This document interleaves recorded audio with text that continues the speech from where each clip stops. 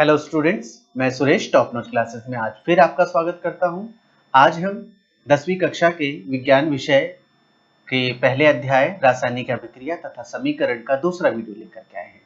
पहले वीडियो में आपने सीखा रासायनिक अभिक्रियाएं क्या होती हैं, दैनिक जीवन में होने वाली विभिन्न रासायनिक अभिक्रियाओं के उदाहरण, अभिकारक तथा उत्पाद में क्या अंतर होता है तथा रासायनिक अभिक्रियाओं के परिलक्षण या विशेषताएं। आज के वीडियो में हम जानेंगे रासायनिक समीकरण क्या होते हैं, रासायनिक समीकरण को लिखने का क्या सही तरीका है तथा रासायनिक समीकरण को कैसे संतुलित किया जाता है। तो अगर आपको ये वीडियो पसंद आता है तो आप इसको लाइक, शेयर और सब्सक्राइब कीजिए, जिससे कि आने वाली वीडियोस का नोटिफिकेशन आपको समय पर मिल सके। प्यारे बच्चों, अब हम बात करते हैं रासायनिक समीकरण क्या होते हैं। रासायनिक समीकरण को समझने से पहले सबसे पहले एक बार फिर से याद करते हैं रासायनिक अभिक्रियाएं क्या होती हैं। रासायनिक अभिक्रिया ऐसे परिवर्तन जिसमें दो या दो से अधिक पदार्थ मिलकर के नए गुणधर्मों वाले पदार्थों का निर्माण करते हैं, रासायनिक अभिक्रियाएं कहलाती हैं। ऐसे परिवर्तन जिसमें दो या दो से अधिक पदार्थ मिलकर के नए गुणधर्मों वाले पदार्थों का निर्माण करते हैं, रासायनिक अभिक्रियाएं कहलाती हैं। अब रासायनिक समीकरण क्या होते हैं?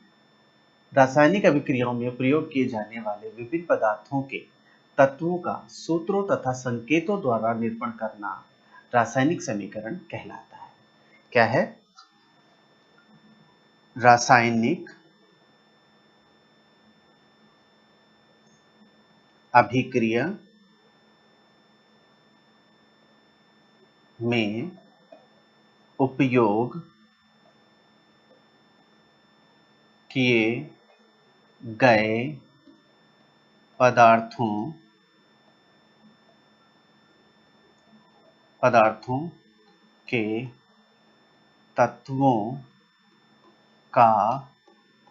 तत्वों का सूत्रों तथा संकेतों द्वारा निरूपण रासायनिक समीकरण कहलाता है। ठीक है प्यारे बच्चों, रासायनिक अभिक्रिया में उपयोग किए गए पदार्थों के तत्वों का सूत्रों तथा संकेतों द्वारा निरूपण रासायनिक समीकरण कहलाता है। अब हम कुछ उदाहरण लेते हैं। उदाहरण 1, हम सभी जानते हैं कार्बन को जलाने पर कार्बन डाई ऑक्साइड गैस निकलती है तथा ऊष्मा उत्सर्जित होती है। ठीक है, अब हम इसको शब्द समीकरण के तरीके से लिखते हैं। शब्द समीकरण में क्या है? शब्द समीकरण में कार्बन जमा वायु, या यहां पर ऐसे भी लिख सकते हैं ऑक्सीजन, क्योंकि जलने के लिए ऑक्सीजन ही सहायक होती है। ऑक्सीजन, ये क्या हो गया? कार्बन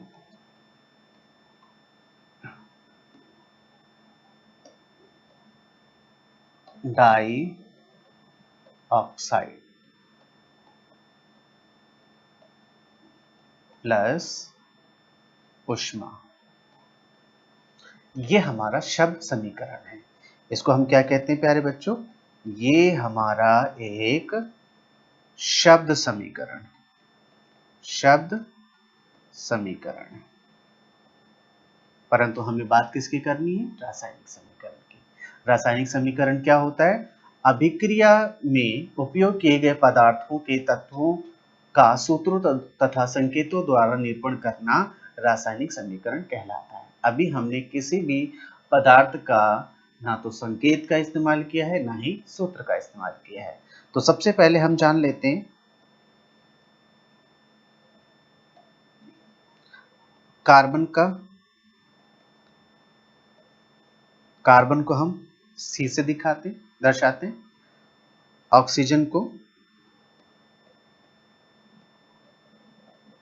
हम O2 से और कार्बन डाई ऑक्साइड को हम CO2 से। अब हम क्या करते हैं,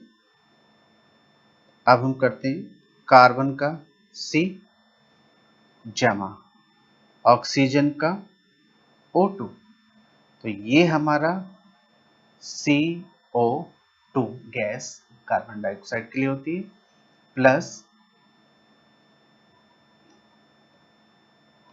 ऊष्मा उत्सर्जित।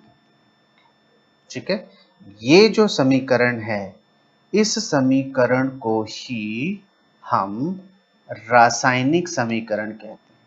रासायनिक समीकरण कहते हैं। प्यारे बच्चों, मैं फिर से रिपीट करता हूं, रासायनिक अभिक्रिया में उपयोग किए गए पदार्थों के तत्वों का सूत्रों तथा संकेतों द्वारा निरूपण रासायनिक अभिक्रिया कहलाता है। अब हमने पहला उदाहरण लिया जिसमें कार्बन को जलाने पर कार्बन डाइऑक्साइड गैस बाहर निकलती है और इस प्रक्रिया में ऊष्मा भी उत्सर्जित होती है। तो सबसे पहले हमने क्या लिया, सबसे पहले हमने एक कथन लिया, उसके बाद हमने शब्द समीकरण बनाया। शब्द समीकरण में क्या है, कार्बन को कार्बन ही लिखा और जलाने के लिए ऑक्सीजन सहायक होती है, तो हमने वायु या ऑक्सीजन लिखा और इन दोनों के बीच में हमने जमा का निशान लगाया। उसके बाद हम कार्बन डाइऑक्साइड गैस उत्सर्जित हुई। अब इसके अंदर हम बात करते हैं, ये हमारे क्या हो गए, दो कार्बन और वायु हमारे अभिकारक हैं और कार्बन डाइऑक्साइड हमारा उत्पाद है। ठीक है, अब हम दूसरे उदाहरण पे जाते हैं। दूसरे उदाहरण में उदाहरण 2, आयरन को सल्फर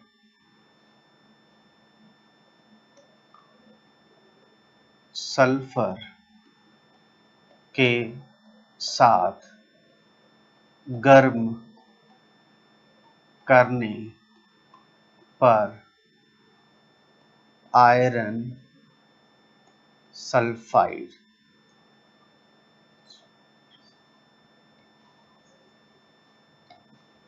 फेरस सल्फेट बनता है। ये हमारा एक कथन हुआ।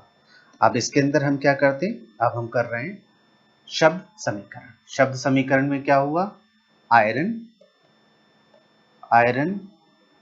को हमने क्या किया, सल्फर के साथ गर्म किया, तो क्या बना, फेरस सल्फेट। क्या बना, फेरस सल्फेट। अब ये हमारा शब्द समीकरण, ये हमारा क्या है, शब्द समीकरण। अब हम इसका रासायनिक समीकरण बनाएंगे। फेरस को हम Fe से दिखाते हैं और सल्फर को हम S से प्रदर्शित करते हैं, तो ये हमारा क्या बन जाता है, FeS।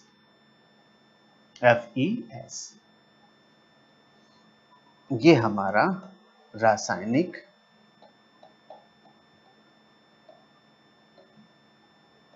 समीकरण।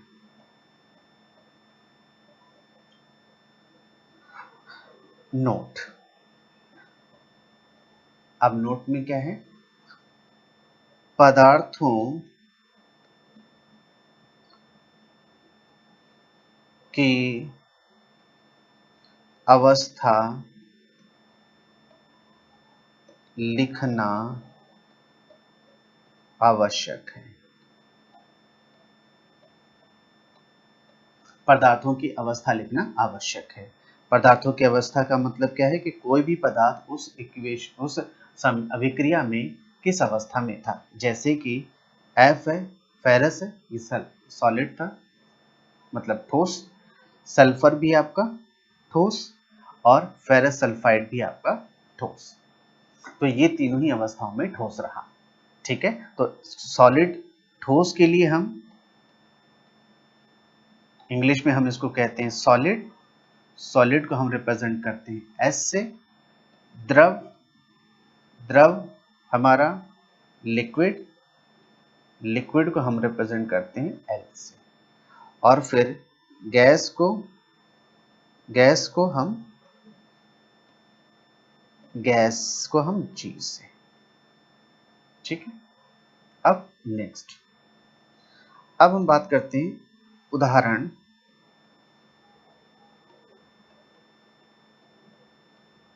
3।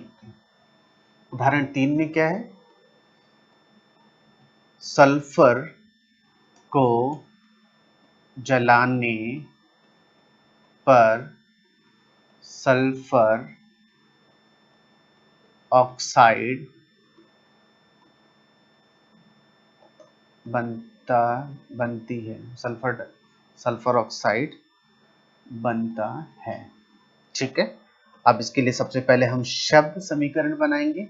सल्फर, सल्फर जमा जलाने पर यानी कि oxygen,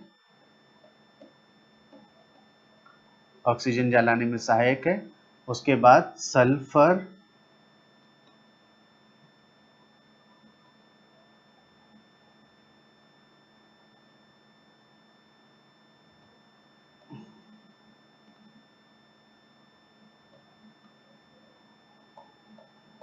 sulphur oxide, dioxide, sulphur dioxide बनता है। ठीक है, sulphur dioxide, sulphur dioxide,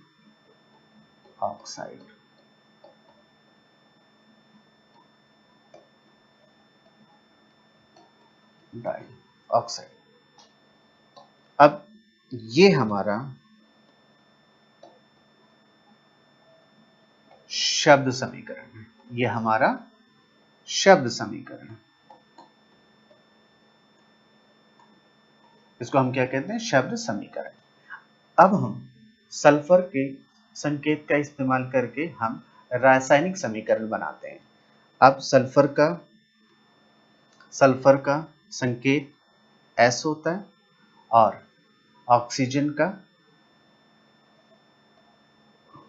O2 होता है, तो हमने क्या किया SO2।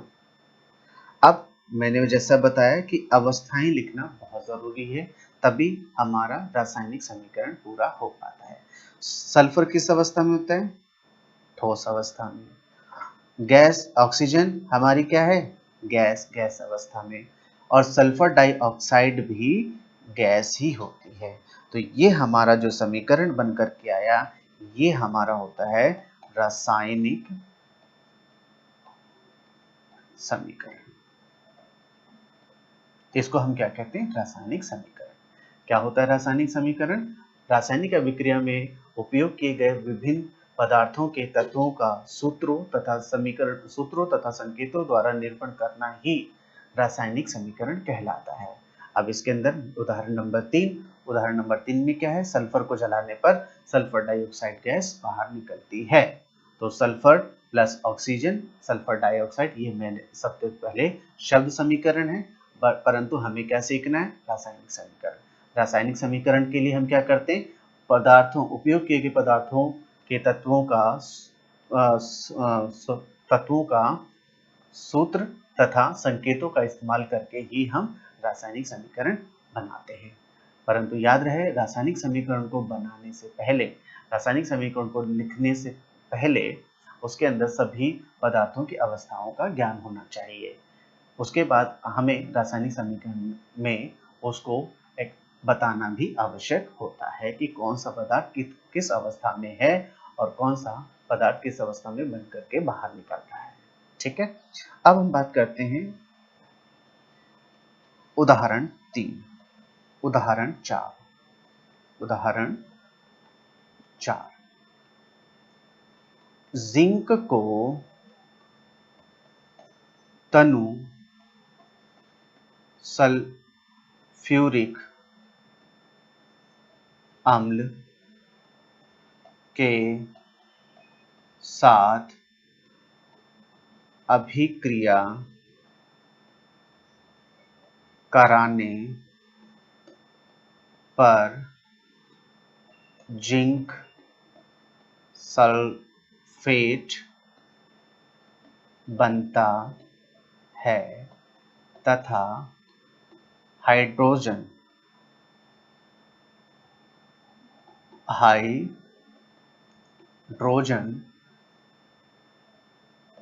गैस बाहर निकलती है। ठीक है प्यारे बच्चों, जिंक को जब हम तनु सल्फ्यूरिक अम्ल के साथ अभिक्रिया कराते हैं तो जिंक सल्फेट और हाइड्रोजन गैस बनती है। तो इसके लिए हम सबसे पहले अब हम फिर बात करते हैं शब्द समीकरण। शब्द समीकरण में क्या है, जिंक को हमने जिंक लिखा प्लस सल्फ्यूरिक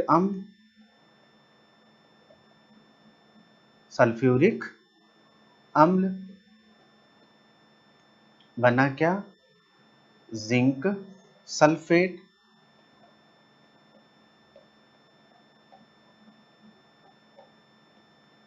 जमा हाइड्रोजन।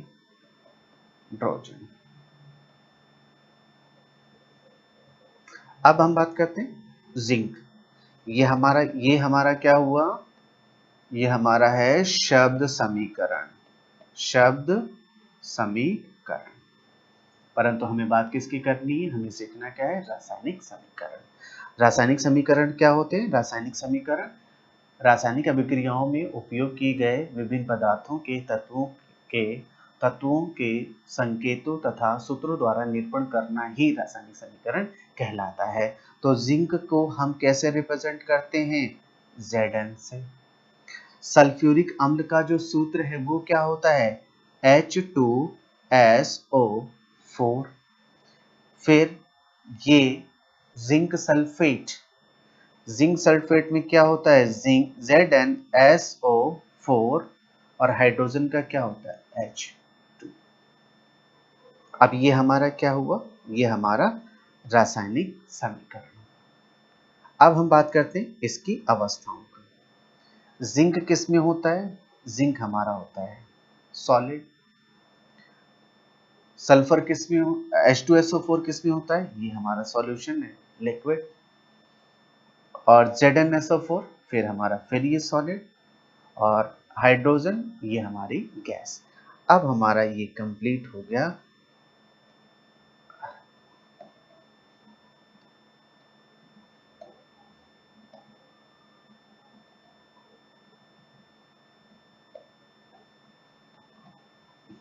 अब ये हमारा हो गया रासायनिक समीकरण। उम्मीद है आपको रासायनिक समीकरण समझ में आया। प्यारे बच्चों, इस वीडियो का लास्ट टॉपिक रासायनिक समीकरण को संतुलित करना।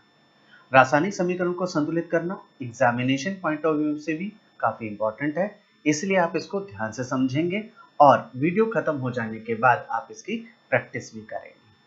रासायनिक समीकरण को संतुलित करने के लिए सबसे पहले हमें ये पता होना चाहिए द्रव्यमान संरक्षण का नियम क्या कहता है।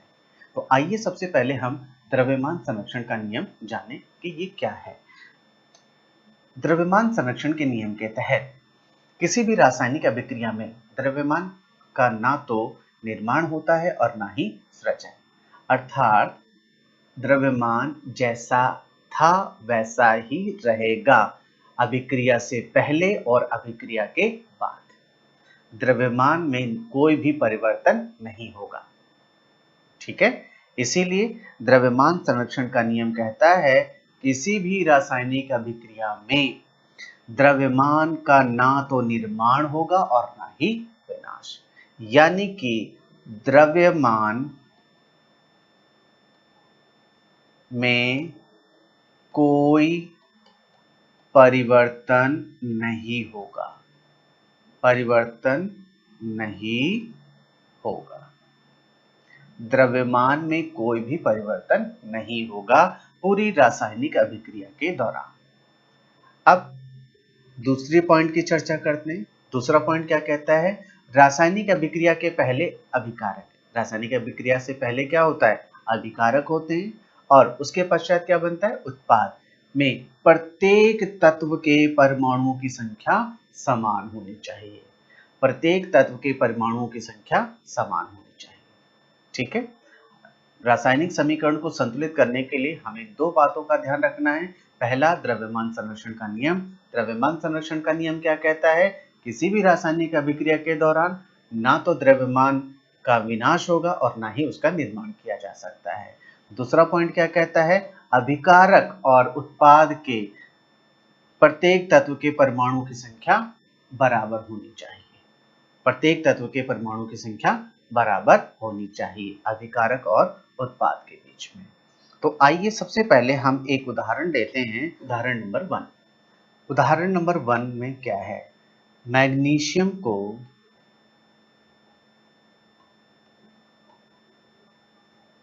को जलाने पर मैग्नीशियम ऑक्साइड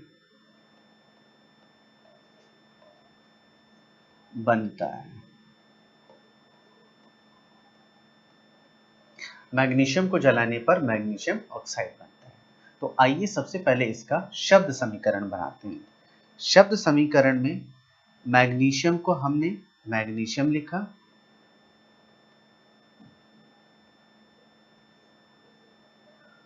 जलाने पर यानी कि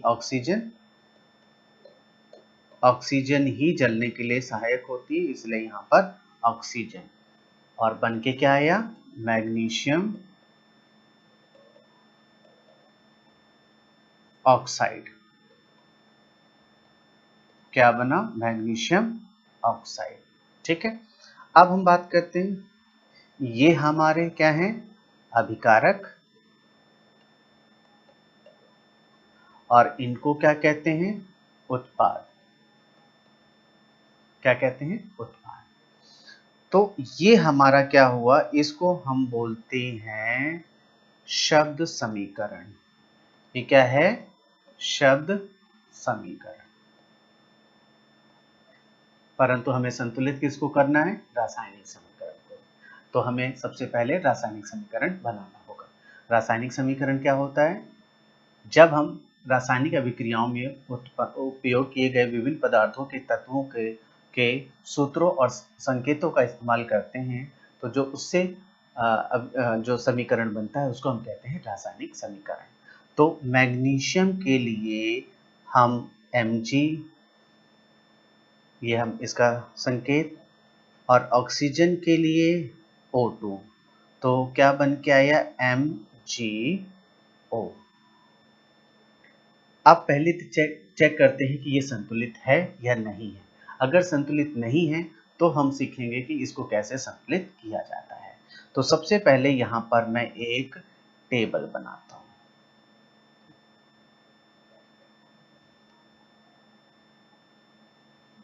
इसमें है तत्व, इसमें है अभिकारक, और इसमें है उत्पाद। तत्व हमारे दो ही हैं,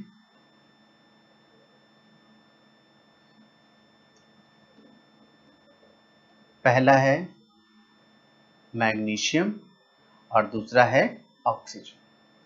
अब आप देखिए, बाईं तरफ लेफ्ट हैंड साइड मैग्नीशियम के कितने परमाणु की संख्या है? सिर्फ एक अभिकारकों में। और ऑक्सीजन में परमाणु की संख्या कितनी है? 2। अब बात करते हैं right hand side. Right hand side में एक उत्पाद है, उस उत्पाद के अंदर मैग्नीशियम कितना है? 1। मैग्नीशियम के परमाणु की संख्या 1 है और ऑक्सीजन के परमाणु की संख्या कितनी है? वो भी 1 है। तो अब इसके अंदर आप देखेंगे मैग्नीशियम 1 और 1 अभिकारक और उत्पाद दोनों में बराबर है, यानी कि ये तो ठीक। परंतु जब हम ऑक्सीजन की बात कर रहे हैं तो अभिकारक में ऑक्सीजन के परमाणु की संख्या 2 है और उत्पाद में परमाणु की संख्या 1 है, यानी कि हमारी ये संतुलित रासायनिक अभिक्रिया नहीं है। संतुलित रासायनिक अभिक्रिया के लिए अभिकारक और उत्पाद में दोनों में ही परमाणु की संख्या बराबर होनी चाहिए। तो अब इस टाइप की अभिक्रिया को, समीकरण को हम क्या कहते हैं? इसको हम असंतुलित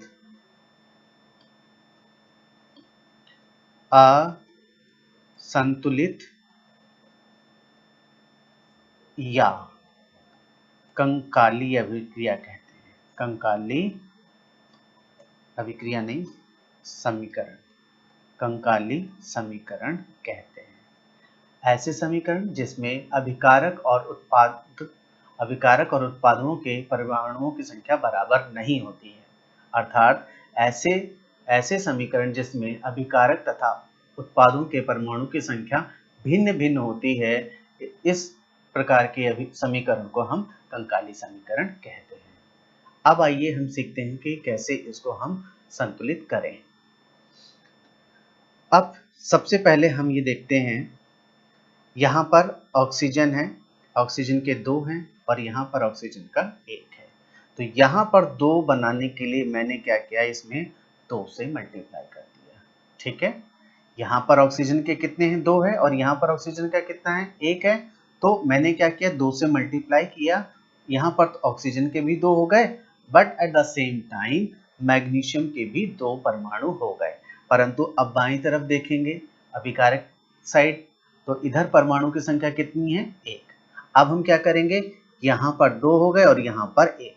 जैसा हमने फर्स्ट स्टेप में किया, इसके अंदर भी अब हम 2 से मल्टीप्लाई कर देंगे।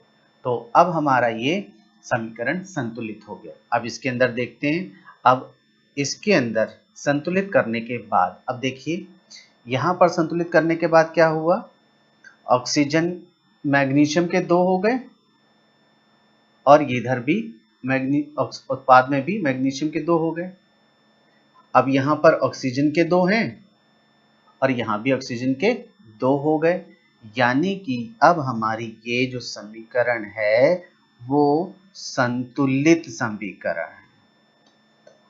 ये जो हमारा समीकरण है वो संतुलित समीकरण है।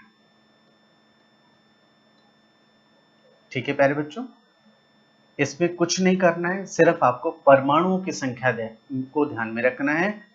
उत्पाद और अभिकारकों के बीच में परमाणु की संख्या बराबर होनी चाहिए।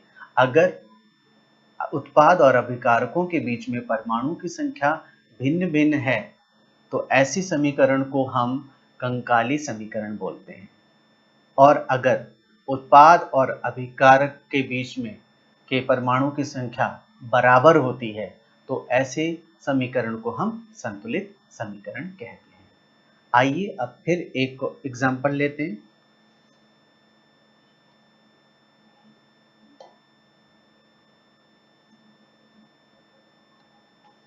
उदाहरण 2। उदाहरण 2 में क्या है, हाइड्रोजन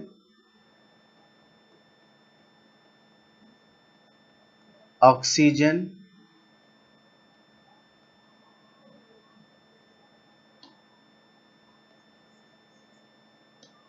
हाइड्रोजन ऑक्सीजन के साथ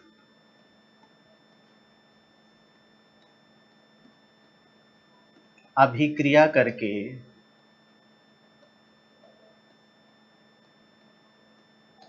जल बनाता है।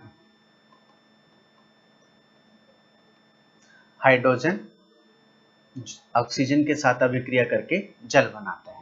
तो सबसे पहले हम क्या करते हैं, सबसे पहले इसका शब्द समीकरण बनाते हैं। सबसे पहले क्या है, हाइड्रोजन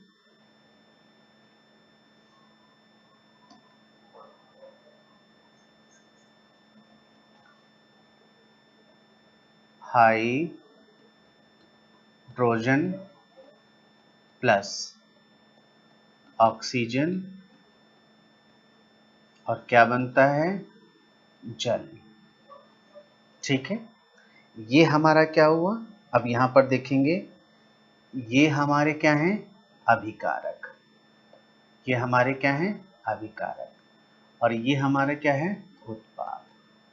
और ऐसे समीकरण को हम शब्द समीकरण कहते हैं, शब्द समीकरण। ठीक है, अब हमें संतुलित किसको करना है, रासायनिक समीकरण को। तो सबसे पहले हम इसको रासायनिक समीकरण में परिवर्तित करते हैं। रासायनिक समीकरण क्या होते हैं, ऐसे समीकरण जिसमें अभिक्रिया के दौरान उपयोग किए गए विभिन्न पदार्थों के तत्वों के संकेत और सूत्रों का इस्तेमाल किया जाता है। तो हाइड्रोजन को हम किससे रिप्रेजेंट करते हैं, H2 से, और ऑक्सीजन को हम O2 से। तो ये हमारा बन के आता है H2O। ठीक है, जल को हम H2O से रिप्रेजेंट करते हैं। अब हम बात करते हैं कि ये संतुलित है या नहीं है। सेम वही प्रोसीजर, यहाँ पर तत्व लिखेंगे, यहाँ पर हम अभिकारक और फिर हम उत्पाद। तत्व हमारे सिर्फ दो हैं, पहला क्या है, हाइड्रोजन। हाइड्रोजन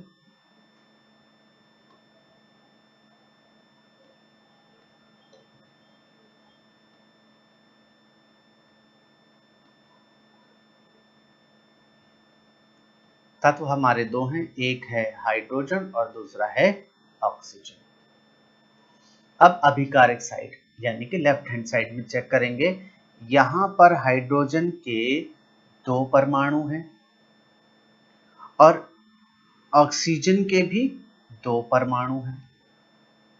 अब हम बात करते हैं RHS साइड यानी कि उत्पाद की। उत्पाद में हाइड्रोजन के दो परमाणु परंतु ऑक्सीजन का सिर्फ एक परमाणु, यानी कि इसके अंदर LHS not equal to RHS, बायां पक्ष दाएं पक्ष के बराबर नहीं है। तो इस समीकरण को हम क्या कहते हैं, कंकाली समीकरण। क्या कहते हैं, कंकाली समीकरण। कंकाली समीकरण कौन से समीकरण होते हैं, ऐसे समीकरण जिसमें उत्पाद और अभिकारकों के परमाणु की संख्या भिन्न भिन्न होती है, उसको हम कहते हैं कंकाली समीकरण। अब आइए सीखते हैं कि इसको हम कैसे संतुलित करें। अब इधर देखिए, इधर हाइड्रोजन के दो हैं, इधर भी हाइड्रोजन के दो हैं। अब यहाँ पर ऑक्सीजन के दो हैं, यहाँ पर ऑक्सीजन का एक है। जैसे कि हमने पिछले एग्जाम्पल में किया, हमने क्या किया, हम इसमें 2 से मल्टीप्लाई अगर हम कर दें, 2 से पूरी टर्म को मल्टीप्लाई कर दें तो ऑक्सीजन के तो 2 हो गए, परंतु at the same time hydrogen के 2 और 2 4 हो गए, परंतु यहाँ पर हाइड्रोजन के कितने हैं, 2। तो अब मैं इसमें क्या करूंगा, अब इसके अंदर भी मैं 2 से मल्टीप्लाई अगर कर देता हूं, इसको मैं 2 से अगर मल्टीप्लाई कर देता हूं तो ये अब क्या हो जाएगा हमारा, इधर भी हमारे 4 हो गए और इधर भी हमारे 4 हो गए। आइए अब चेक करते हैं, टेबुलर फॉर्म में हम चेक करते हैं। अब इधर देखिए, अभिकारक साइड में हाइड्रोजन के कितने हो गए, 4। उत्पाद साइड में हाइड्रोजन ऑक्सीजन के कितने हैं, 2। ठीक, अब उत्पाद साइड में आइए, उत्पाद साइड में कितने हैं, हाइड्रोजन के कितने हो गए, 4, और ऑक्सीजन के कितने हो गए, 2। अब इस कंडीशन में क्या है कि हमारा LHS is equal to RHS, यानी कि अभिकारकों के परमाणुओं की संख्या उत्पाद के परमाणु की संख्या के बराबर हो गई। अर्थात ये हमारी संतुलित रासायनिक अभिक्रिया है, ये हमारी संतुलित रासायनिक अभिक्रिया हो गई। इसको हम कहेंगे संतुलित रासायनिक अभिक्रिया। ठीक है। अब हम तीसरा उदाहरण लेते हैं, उदाहरण नंबर 3। उदाहरण नंबर 3 में क्या है? सोडियम धातु क्लोरीन के साथ अभिक्रिया करके सोडियम क्लोराइड बनाती है। ठीक है। सोडियम धातु क्लोरीन के साथ अभिक्रिया करके सोडियम क्लोराइड बनाती है। अब इसका सबसे पहले हम शब्द समीकरण बनाते हैं। सोडियम को हम सोडियम लिखते हैं, फिर जमा क्लोरीन, फिर बन के क्या आया? Sodium chloride, sodium chloride. अब इसके अंदर फिर वही, ये हमारे अभिकारक और ये हमारा उत्पाद सिंगल है। अब इस प्रकार के समीकरण को हम कहते हैं शब्द समीकरण। ये कौन सा है? शब्द समीकरण। अब हमें संतुलित किसको करना है? रासायनिक समीकरण को। रासायनिक समीकरण क्या होता है? जब हम अभिक्रिया के दौरान उपयोग किए गए विभिन्न पदार्थों के तत्वों के सूत्र तथा संकेतों का इस्तेमाल करके जो समीकरण बनाते हैं उसको हम कहते हैं रासायनिक समीकरण। तो सोडियम को हम किससे रिप्रेजेंट करते हैं? Na से। क्लोरीन को हम किससे करते हैं? Cl2 से। तो बना क्या? NaCl। अब हम बात करते हैं,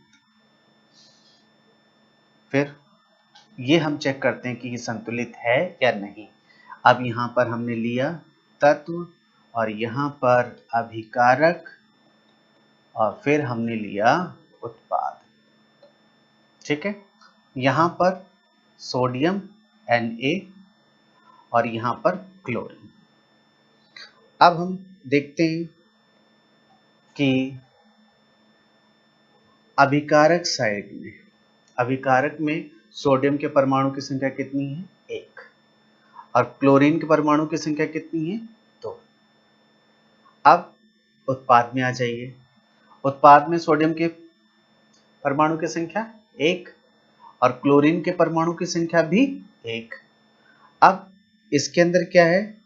LHS not equal to RHS, यानी कि इस समय अभी की जो सिचुएशन है उसमें अभिकारकों तथा उत्पाद के परमाणु की संख्या बराबर नहीं है।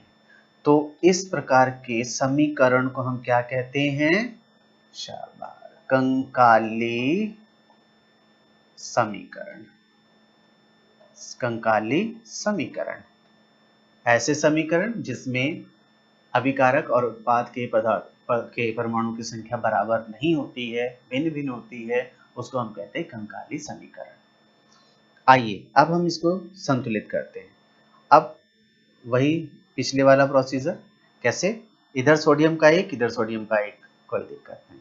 इधर क्लोरीन के 2, यहाँ पर क्लोरीन का 1। तो हमने क्या किया? हमने इससे 2 से मल्टीप्लाई कर दिया। तो यहाँ पर क्लोरीन के तो 2 हो गए, but at the same time sodium के भी 2 हो गए, परंतु अभिकारक में सोडियम के परमाणु की संख्या कितनी है? 1। तो हमें क्या करना होगा? हमें इधर भी 2 से मल्टीप्लाई करना होगा। अब हम देखिए, अब हम देखते हैं उत्पाद में क्लोरीन के परमाणु की संख्या 2, अभिकारक में क्लोरीन के परमाणु की संख्या 2, उत्पाद में सोडियम के परमाणु की संख्या 2 और अभिकारक में परमाणु के सोडियम के परमाणु की संख्या 2। तो अब ये हमारा ये भी 2, सोडियम ये भी 2, ये भी 2, ये भी 2, यानी कि हमारा LHS is equal to RHS हो गया। जब ऐसा होता है तो अब वो हमारी संतुलित समीकरण होती है। तो हम इसको अब फाइनली लिख देते हैं Cl2 प्लस 2NaCl।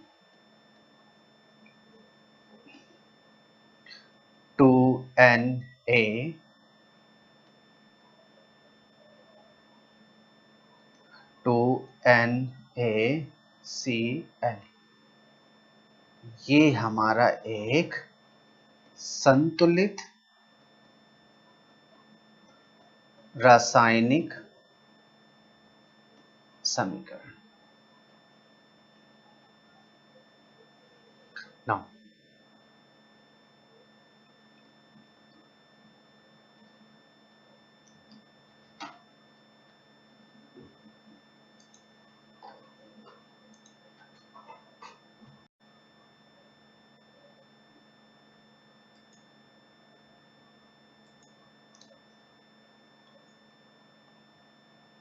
अब नेक्स्ट एग्जाम्पल नंबर 4। इसके अंदर क्या है, इसमें फेरस Fe जब H2O के साथ अभिक्रिया करता है तो ये Fe3O4 प्लस हाइड्रोजन बाहर निकलती है। ठीक है, Fe plus H2O equal this Fe3O4 plus H2। तो अब सबसे पहले हम ये चेक करते हैं कि ये संतुलित है या नहीं है। तो इसके अंदर तत्व में कौन सा है, Fe है, ऑक्सीजन है और एक तीसरा तत्व हाइड्रोजन। ठीक है, अब यहाँ पर अभिकारक और फिर उत्पाद, अभिकारक और उत्पाद। अब इधर अभिकारक में देखेंगे Fe कितना है, 1। Fe के परमाणु की संख्या कितनी है, 1।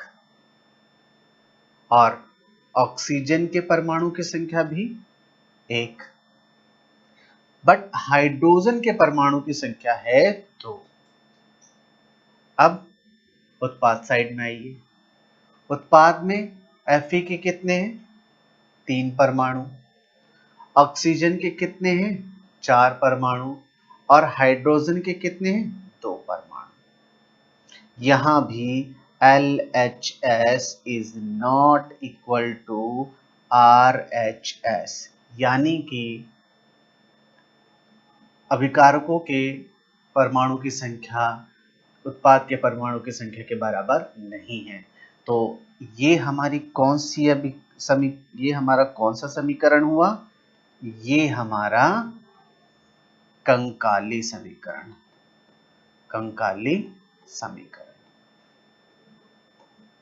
ठीक है बच्चों, अब हम इसको संतुलित करते हैं। संतुलित करने के लिए अब सबसे पहले देखिए, इधर फेरस का 1 परमाणु और इधर फेरस के 3 परमाणु, और इधर ऑक्सीजन के 4, यहां पर ऑक्सीजन का 1। तो सबसे पहले हम क्या करते हैं, इधर 3 से मल्टीप्लाई कर देते हैं। तो फेरस के 3 हो गए, यहां पर फेरस के 3 हो गए। बट अब यहां पर फेरस के यहां पर 3 और यहां पर 3। ठीक है, अब हम देखते हैं, यहां पर हाइड्रोजन के 2, यहां पर हाइड्रोजन के 2, परंतु यहां पर ऑक्सीजन के 4। अब मैंने क्या किया, यहां पर जब मैं ऑक्सीजन को 4 से मल्टीप्लाई करता हूं, ये पूरी टर्म को 4 से मल्टीप्लाई करता हूं, तो ऑक्सीजन के तो 4 हो गए, but at the same time hydrogen के 8 हो गए। बट यहां पर हाइड्रोजन के कितने हैं, 2। तो अब मैं क्या करूंगा, इसमें भी 4 से मल्टीप्लाई कर दूंगा। तो अब आप अगर चेक करेंगे तो अब इधर देखिए, इधर फेरस के कितने हैं, 3। इधर फेरस के कितने हैं? 3। इधर फेरस के कितने हैं? 3। हाइड्रोजन के कितने इधर, सॉरी, ऑक्सीजन के कितने इधर? 4। और इधर कितने? 4। इधर हाइड्रोजन के कितने? 8। और इधर भी हाइड्रोजन के कितने? 8। यानी कि LHS L यानी कि LHS is equal to RHS, यानी कि अब ये हमारी अभी समीकरण संतुलित हो गया। तो इसको मैं लिख देता हूं 3Fe प्लस 4H2O और ये Fe3O4 प्लस 4H2।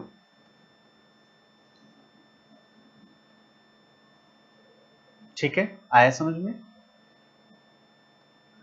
स्टूडेंट्स, आज आपने सीखा रासायनिक समीकरण क्या होते हैं, रासायनिक समीकरण को लिखने का सही तरीका और रासायनिक समीकरणों को कैसे संतुलित किया जाता है।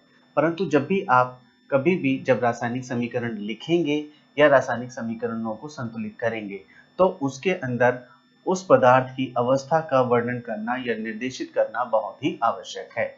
जैसे कि अगर पदार्थ ठोस है, अगर पदार्थ ठोस अवस्था में है तो उसको आप S से प्रदर्शित करेंगे। अगर वो द्रव अवस्था में है तो उसको आप L से रिप्रेजेंट करेंगे, निर्देशित करेंगे। अगर वो गैस है तो गैस को आप G से निर्देशित करेंगे। अगर वो वहां पर जलीय विलयन है, अगर जलीय विलयन है तो आप AQ से रिप्रेजेंट करेंगे। तो ये आपको बहुत ही ध्यान रखना है, ये इसको अंडरलाइन कर ले, इंपॉर्टेंट। ठीक है, आज के लिए इतना ही। अब बाकी का हम नेक्स्ट वीडियो में करेंगे।